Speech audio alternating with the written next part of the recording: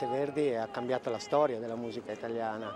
È stato il primo con la seconda pratica che ha cominciato a pensare alla teatralità e all'importanza della parola prima della musica sul testo.